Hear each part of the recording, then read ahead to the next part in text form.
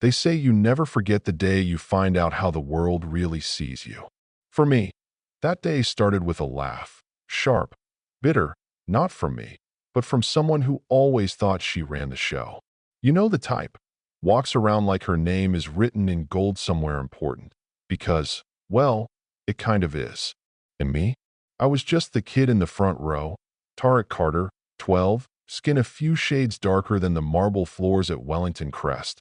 That private school on the hill where the air always feels too cold and the stairs even colder. That IT was a regular Tuesday. Or it was supposed to be. Mrs. Welling was going on about metaphors in To Kill a Mockingbird. Yeah, that book, the one you're supposed to love if you're enlightened. I raised my hand, said something smart, felt that tiny rush when the teacher nodded. But then came Camille Whitmore, the queen bee with the perfect hair, tossing out a line so slick it could have been rehearsed. Wow, I didn't know they let the help audit classes now.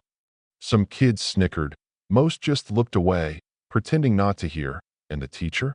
She just let it float there, like a bad smell nobody wanted to claim. But you learn early not to flinch. Not if you want to survive in a place like this. So I sat up straighter, kept my face calm, let the words slide off. Still, you feel them. Later, as the bell rang, Camille made sure to twist the knife. Try not to get too comfortable, Carter. Not every room is meant for everyone. And just like that, she was gone, laughter trailing behind her, and I was left staring at the pattern in the tile, breathing slow, reminding myself I'd get through it, that I thought I'd left that behind when Saturday rolled around. My mom, always working, had booked us a stay at Solaria Resort, a place so fancy the towels probably have a higher GPA than some of my classmates. I was supposed to check in early, surprise her, let her see I could handle things. Walking into that lobby, sun pouring through skylights, people moving in crisp uniforms, I felt for a moment like maybe this time I belong. But the universe, or maybe just karma with a twisted sense of humor, had other plans. Across the terrace, Camille herself was throwing a fit about croissants, berries, whatever. Nothing was good enough for her, and people scrambled, hoping if they moved fast enough, they wouldn't be next. And then she saw me, standing at the front desk, suitcase in hand, just trying to check in. Her eyes narrowed like she'd seen a ghost, and before I could say a word, she was marching across the marble, heels clicking out a warning. "Excuse me." Her voice cut through the air. "What's he doing here?" Everyone turned to look. The receptionist, Monica, started to answer, but Camille waved her off. "If you check him in, my father will make sure you regret it." Her words landed heavy, not just on me, but on every staff member who'd ever felt that threat. I tried to stay calm. "My mother reserved the suite," I said. Camille scoffed. "Oh, please. What'd she do? Run errands for someone important?" The implication was clear. Then she did something I'll never forget. She told the bellhop to call security. And as Monica glanced between her computer screen, where my mom's name, Amelia Carter, was glowing in big, bold letters, and Camille's threat, I realized I was on trial, right there in the middle of a five-star lobby. That's when Richard Whitmore showed up. Her father, the manager, the guy whose name is probably stitched on half the bathrobes in the building. Without so much as checking the system, he told me to leave. Then, right in front of everyone, he grabbed my arm and started dragging me toward the door. And yeah, people gasped, but nobody moved. But the story doesn't end there. In fact, that's where it really begins. Because just as we hit the revolving doors, my mother walked in. Amelia Carter, all business, eyes like steel, heels clicking like a judge's gavel. She didn't shout. She didn't make a scene. She just said, "Take your hand off my son." Everything stopped. Richard froze. "Mrs. Carter." I didn't realize, but she was already flipping open her badge, the one that says CEO, the one that means the whole building is, in fact, hers. "You just put your hands on my son, on property I own," she said. Her voice was low, calm, and everyone heard every word. She asked Monica to confirm the reservation, suite booked under her name, instructions for early check-in, all right there. Then she turned to Richard. "You didn't need to know who he was.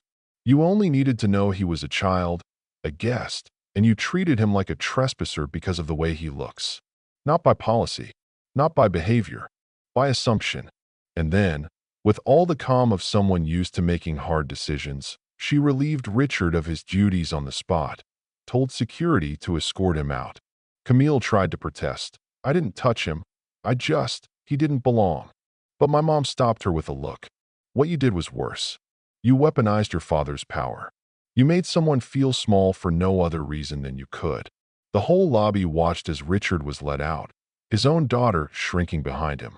And as my mom and I walked to the elevator, for the first time, people didn't look at me like a problem to solve. They just nodded, like they finally saw me. Afterward, the shockwaves hit hard. Richard lost more than his job, his reputation, his network, all of it gone in a week. Camille lost her place at school, her spot in the spotlight, forced to transfer, her friends unsure if they should even text her. There was no dramatic apology, no tearful redemption, just silence. Consequence, heavy and lasting to me? I kept my head down, never gloated, never even brought it up. When my mom asked how I felt, I told her, I didn't want anyone ruined. I just wanted to be seen for who I am. She squeezed my hand a little longer than usual, and I think she understood. Funny thing, though, people changed, even if only a little. Monica, the receptionist, got promoted. The resort started training staff on implicit bias, not because of a PR disaster, but because my mom believed it was just the right thing to do. At school, nobody teased me, and some even nodded with that look, like respect. Maybe I'm not saying the world flipped upside down overnight. But for once, the line held. Integrity didn't pay the price. And for everyone watching, especially those who'd been let down too many times before, it felt like justice finally landed where it should. So let me ask you, if you'd seen that happen, right there in the lobby, would you have spoken up, or would you have looked away? Do you think what happened was enough, or should people like Camille and her dad get a second chance? Drop your thoughts below, because the line between right and wrong is thinner than you think, and sometimes, all it takes is one day for everything to change. If this story made you feel something, share your view. Do you believe justice was served, or is the real lesson something deeper? Let's talk about it. You ever notice how, after the storm, the world doesn't go back to normal, but to something new, sometimes better, sometimes just different? That's what happened to me and my mom after the day the world finally saw us for who we are.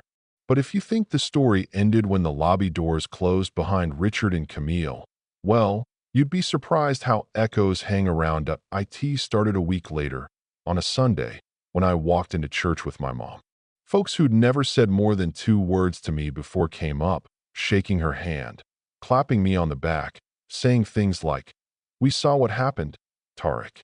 Proud of you, son." But behind every smile, there was this question hanging in the air. What now? Because the truth is, when you break the silence, everyone wants to know if the change is real or just for show. Back at Solaria, it wasn't just the staff who moved different. Guests, too, seemed more watchful, sometimes out of respect, sometimes just curiosity. Monica, newly promoted, stopped me in the hallway, nervous but grateful. "Thank you," she said. "Not just for what you and your mom did, but for not holding a grudge." A lot of people here needed that wake-up call. I just nodded. It felt weird being thanked for surviving something you never asked for. The real surprise came 2 weeks later at a town hall meeting. My mom, who hates public speaking, was asked to share what happened. "We have to talk about dignity," she said, standing tall in a room filled with hotel owners, city council members, and even a few faces from school, some supportive, some skeptical, and yes, Camille's mother, sitting in the back, arms crossed so tight you'd think she was cold. My mom didn't give a speech about race or wealth or justice. She just talked about respect, how easy it is to forget when power is involved. The room was quiet, the kind of quiet that means folks are actually listening. When she finished, a man I'd never seen before stood up, Mr. Alvarez, the hotel's head of security.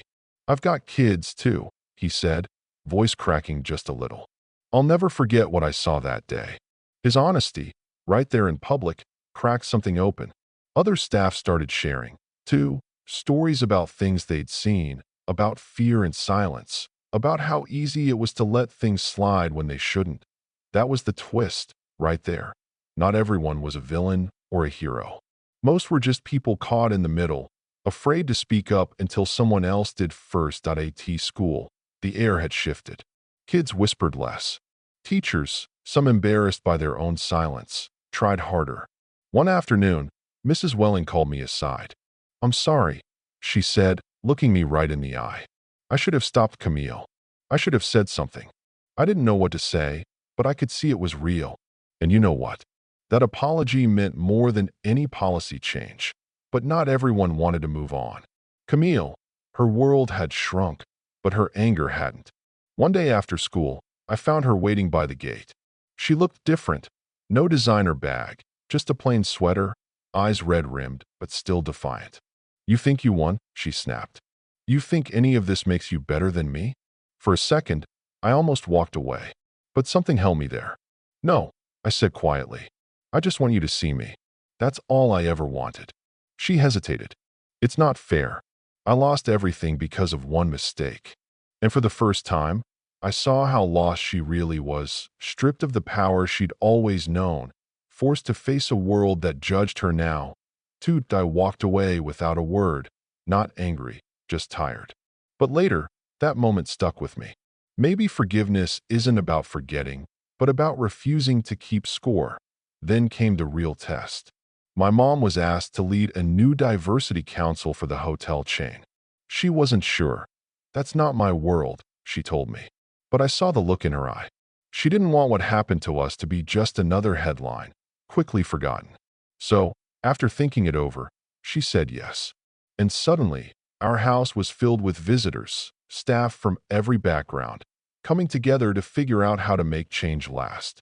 I watched her listen, encourage, even disagree, but always with that steady dignity she wore like armor. As for me, I started mentoring younger kids at school, ones who looked up to me now, ones who needed to know you could stand your ground and still hold on to your kindness. One kid, a fourth grader named Malik, asked me, "Does it ever stop hurting?" I told him the truth. Not always. But it gets quieter, and you get stronger. But let's not pretend everything turned out perfect. There were still whispers, still sideways looks, still people who rolled their eyes at the idea of change. Even Monica, now a supervisor, confided in me one afternoon.